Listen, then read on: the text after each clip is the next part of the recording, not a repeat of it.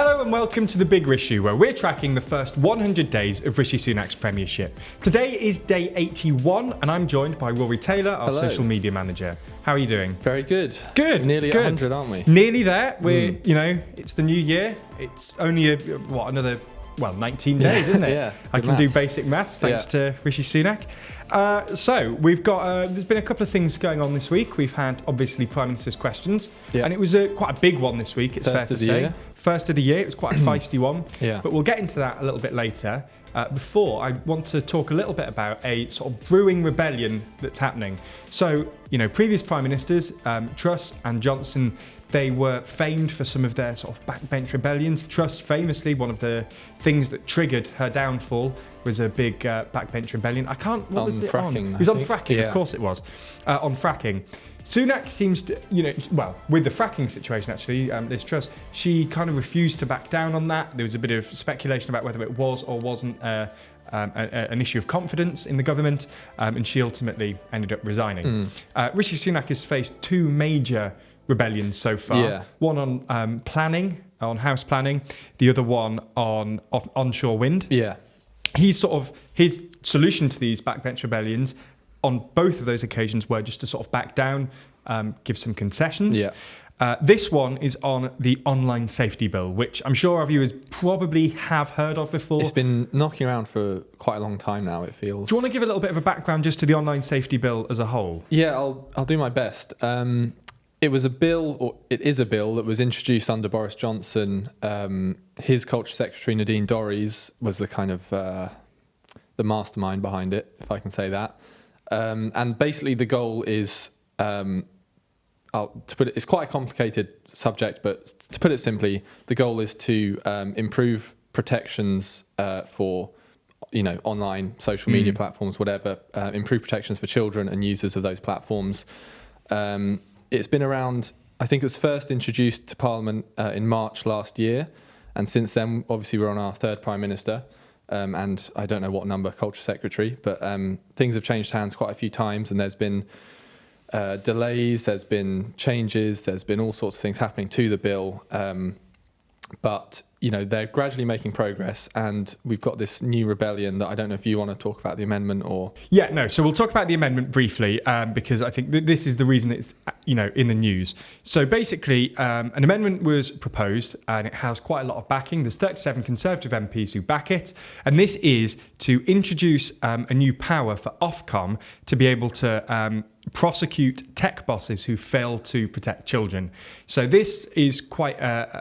it's something that's been in the news for a little while. There was a case a couple of years ago of a girl called Molly Russell who was being shown the algorithm on, I can't remember which app it was.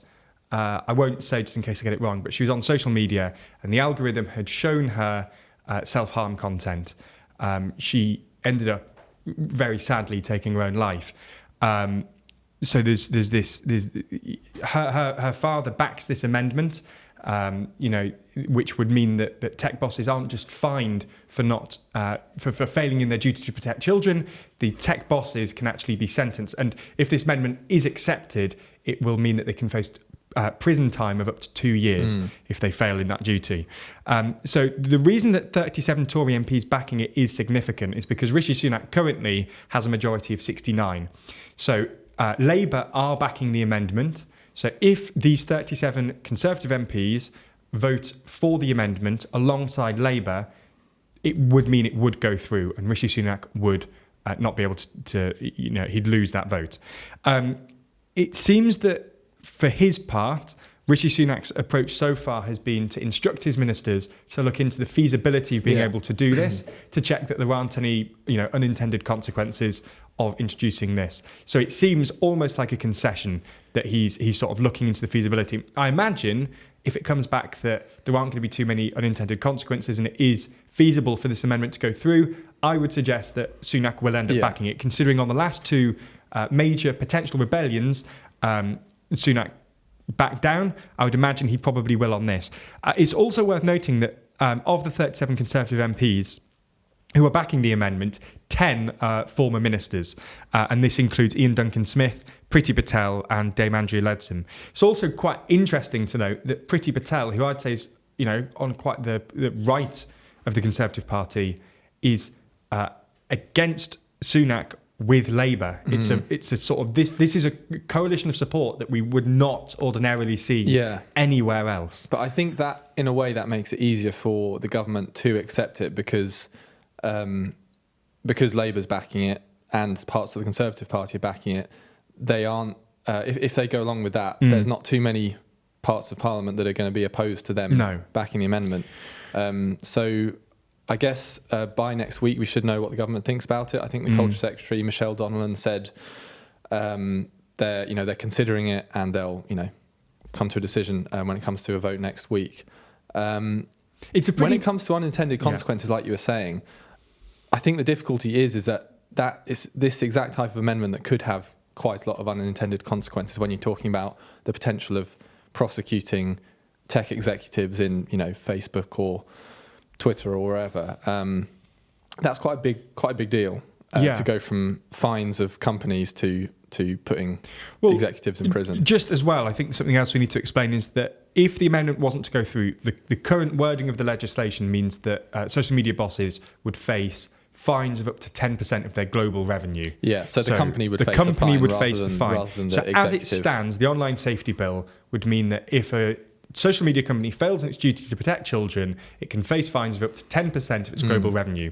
So for some context, if Facebook was ever to be fined for that would amount to a 9.7 billion pound fine, which would obviously be huge. The argument is that fines might not necessarily discourage or force social media companies to take it seriously enough. Because if you have deep enough pockets, I know it's a percentage fine, it's a variable fine, but nonetheless, that on an individual basis, it's not. Yeah, the idea with the amendment is making tech executives or social media executives realise that they're personally liable for it, and so they will, really move to increase the protections online. It also has a lot of support outside of Parliament. As I say, obviously Ian Russell, father of Molly Russell, in that awful case that we brought up earlier, he supports it. Charities such as the NSPCC support it as well. So there is quite a lot of support for this amendment. As I say, it's going to be interesting to see what happens next week. My suggestion is, I think that it will end up going through. Yeah, I think I agree. It does depend on what kind of consequences the government sees coming from that. But I suspect it will go through. Just to kind of balance things out a bit, there is the Open Rights Group, for one example, is in opposition to this bill, and they basically to the amendment, I should say, and they said that they worry that fear of a prison sentence could lead to children being restricted from all types of content that they're legally entitled to see. So one of the potential consequences could be that social media companies think, well, we don't want to even risk getting this wrong, so let's just take children off all platforms. I say children, people under 18. That is one of these potential unintended consequences that might be being considered. Well, with all of this, it's balancing that right, isn't it? Of children to use the internet and to be able to see, lawful and, I suppose, content we all agree that children should be able to see. Lots of different uses for the internet, and things that they should be able to see. But it's also balancing that with trying to crack down on awful things that they are able to see. And I think that the reason that this bill has gone through and the reason it's so difficult is because there's certain types of content which by the letter of the law isn't illegal. I think that the self-harm content was one that was quite a difficult situation, but has been shown to them nonetheless. And obviously with algorithms and everything else, it's certain types of content are being pushed so that you might wish that they weren't able to see. Under the original bill, when it was Nadine Dorries running things, there was this provision that legal but harmful content would effectively become illegal. But that was stripped from the bill in December by Rishi Sunak and Michelle Donnellan. And that's just, there was a lot of focus on that as that part of the bill, but the entire bill it's a really complicated area that it's trying to legislate, and it is obviously it's UK legislation, but these are companies that operate in basically every country in the world, so they're really difficult decisions that have to be made, and that's why it has been this drawn out process with this bill. I've got a question for you, and I totally understand if you don't know about this, because it's quite a niche question, but supposing the amendment goes through and a social media giant is found that they're showing content to children that they shouldn't, and that they're not meeting their duty to protect children. Would a UK-based individual, would it have to be a UK-based individual that would get the prison sentence, or could it be from head office, for Facebook, for example, in America? I don't know the answer with that, because, you know, you kind of imagine, like, when you hear tech bosses could go to prison for failing to protect children, you think, you know, Mark Zuckerberg or someone, it's the first thing that comes to mind, isn't it? Elon Musk or something. But I think it's actually tech executives, so it's not necessarily the bosses, but people high up. I don't know, but I would imagine it would be people responsible for the UK. So, yeah. But that also, you know, this kind of this conversation we're having shows that the area is complicated and difficult. And another criticism of this amendment is that it doesn't really provide a clear, you know, to say tech executives have failed in their duty to protect children. How do you actually establish that? And then how do you prove it? You know, it's not all that clear cut, to be honest. And I think things are getting so much more complicated because algorithms are so personally, you know, it's not something that is designed and pushing content that has been selected by a human. Yeah. It's all designed on what you watch and trying to promote things more with that. And it's so hard to get a grasp of. I mean, you know, we obviously work for a YouTube channel, and trying to understand the algorithm so that our videos get pushed is a very difficult task. And there's a lot of us that, you know, our livelihoods depend on that. You know, and we don't understand that. And from my understanding, YouTube at times doesn't 100% know how certain bits of content gets pushed and doesn't, because it's such a dynamic thing. So the world that we're living in is getting so much more complicated and so much more difficult. And governments are trying to keep up. But I think this is a perfect example of how difficult things are. And legislating on that in particular is so difficult. You know, 10 years ago, social media, you know, was proliferating a bit more, but the types of content that were pushed, it wasn't this sort of dynamic algorithm that was doing it, which made it a little bit easier to moderate. It's just the world's getting so much more complicated, and this is a perfect example of governments trying to keep up. Now, whether this goes through, we don't know yet. What the consequences of this will be if it does go through, we also don't know yet. This is sort of new territory for governments. I'm sure if the whole bill goes through, I'm sure other countries will be looking at how this, well, it will be an act of parliament, how that works in practice, and we'll take lessons from that. Well, this is all very interesting. I'm sure we're going to pick this up again next week to see what happens. But my suggestion is it probably will go. They'll find that it's practical, and then it will be voted through, and that will be passed. I think. Do you agree? I agree, and I think that will be done with fairly little protest from within Parliament. To be honest. Yeah, I mean, it'd be interesting if both parties whip the vote in favour. Yeah. Rare unity in Parliament. So that's so very interesting. New bit of legislation, or a new amendment that hasn't really been tried before. We'll keep an eye on this next week. We'll pick it back up, see what's happened. So we'll move on slightly now, and we'll go to Prime Minister's questions. Yes. So a little bit of a change of gear here, because it was more fast-paced and upbeat than quite fast-paced. One-year-old bill. So this was the first one of the year, Prime Minister's questions of the year. It was mainly about the NHS this week. This is in a week where ambulance drivers were on strike. We've had conversation about how much nurses should be paid. That seems to be a very long, ongoing conversation in this country. Very fiery between the two leaders here. You had about however many weeks without Parliament, you know, kind of built up to this first PMQs of the year. And in that period of recess over Christmas, you had strikes in the ambulance services and the NHS, but also we saw the data recently from December, just how much the ambulance service is struggling and the NHS is struggling with record times at their worst. Response times at their worst level ever. I think I saw yesterday that they aim to. So if you have a stroke, the aim is for an ambulance to be with you within 18 minutes. 18 minutes. Category 2 calls, which are things like a suspected heart attack and stroke, the target is 18 minutes. The average in England last month was 1 hour 33 minutes, which is far beyond that target. I think previously the highest it had been was 60 minutes as well.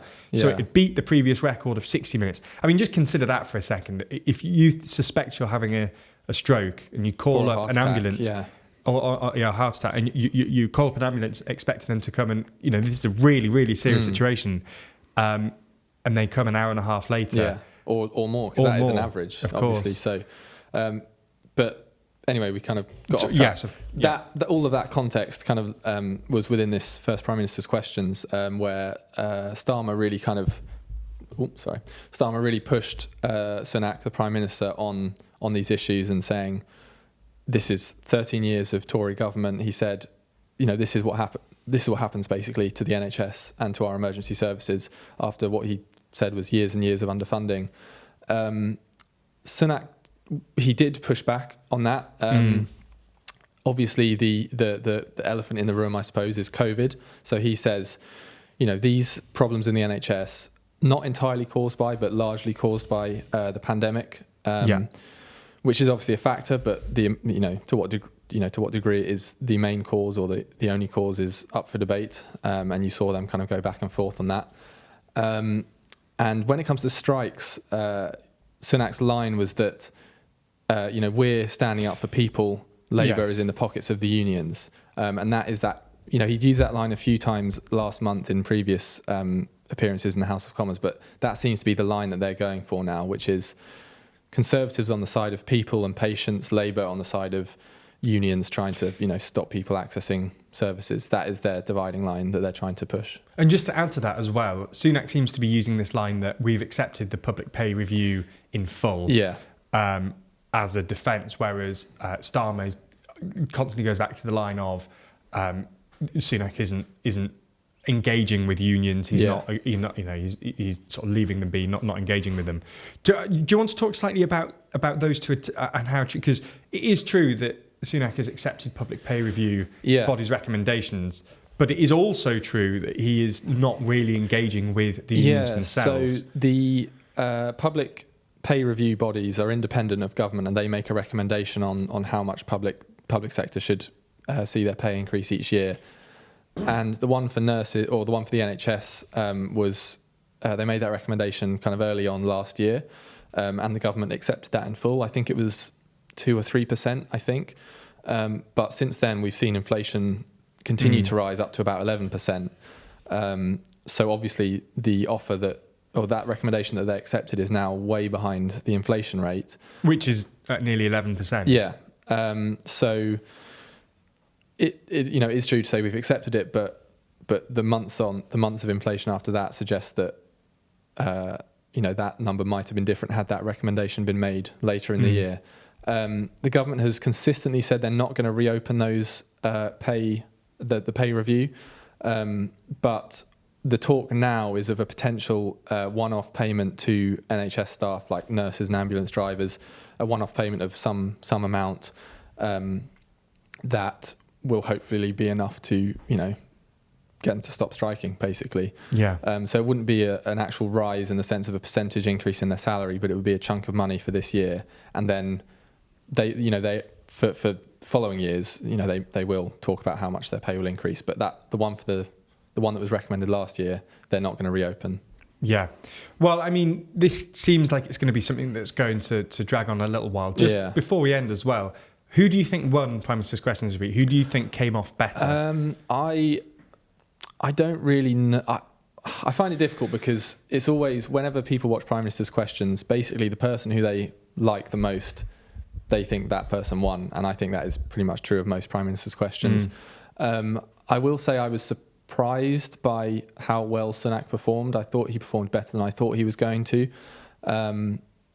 But I always think of Prime Minister's Questions not as a winner or loser type thing, because most people don't see Prime Minister's Questions. I think it's a useful tool to see the kind of lines that each side are taking and how they're going to attack the other side and defend themselves from attacks. I think that's the value that it serves rather than who wins and who doesn't win. I completely agree. I think they were both really good. It's difficult to distinguish a winner. I think they both came out with some pretty cracking attack lines this week. Yeah. So we had Starmer saying, when I clapped for nurses, I meant it. We had him saying, why do patients always wait longer under the Tories? Sunak then hit back with, Labour's only idea is another completely disruptive, top-down, unfunded reorganisation buying out every single GP contract. It will cost a fortune and is out of date, just like the Labour Party. Rolls off the tongue. Rolls off the tongue. Yeah. The next one is a little bit snappier, which was from Sunak as well. When it comes to the NHS, things are clear. Conservatives on the side of patients, Labour on the side of their union paymasters. Yeah. Their union paymasters is a classic Tory attack line against Labour. It's interesting. There was usually Prime Minister's questions has some humour in it, some element of fun for the viewer to, there's some banter, even if it's like this podcast. Yeah. It's been lacking today. But this week's PMQs was just like devoid of any of that. It was like just proper attacks from one to the other, which I guess is politics. But I feel like we've taken the same tone on the podcast this week as Prime Minister's questions. Yeah, I mean, they're not particularly jovial subjects, no, I suppose. No, but, no. Yeah, in terms of PMQs, I think the next few weeks we'll see similar back and forths. Well, with both these topics that we've discussed today, we'll have to pick them up again next week. Prime Minister's questions is back again next week, and obviously this online safety bill amendment will be going through next week, so we'll know how that goes. But until then, thank you for joining me, Rory. No problem. And if you've got any views on the podcast at all, tweet either of us. I'm at TLDR Ben, and Rory is at TLDR Rory. So feel free to let us know what you think, and if you have any thoughts on the things that we've discussed, or that you'd like us to discuss next week. Yes. So yeah, thank you for watching.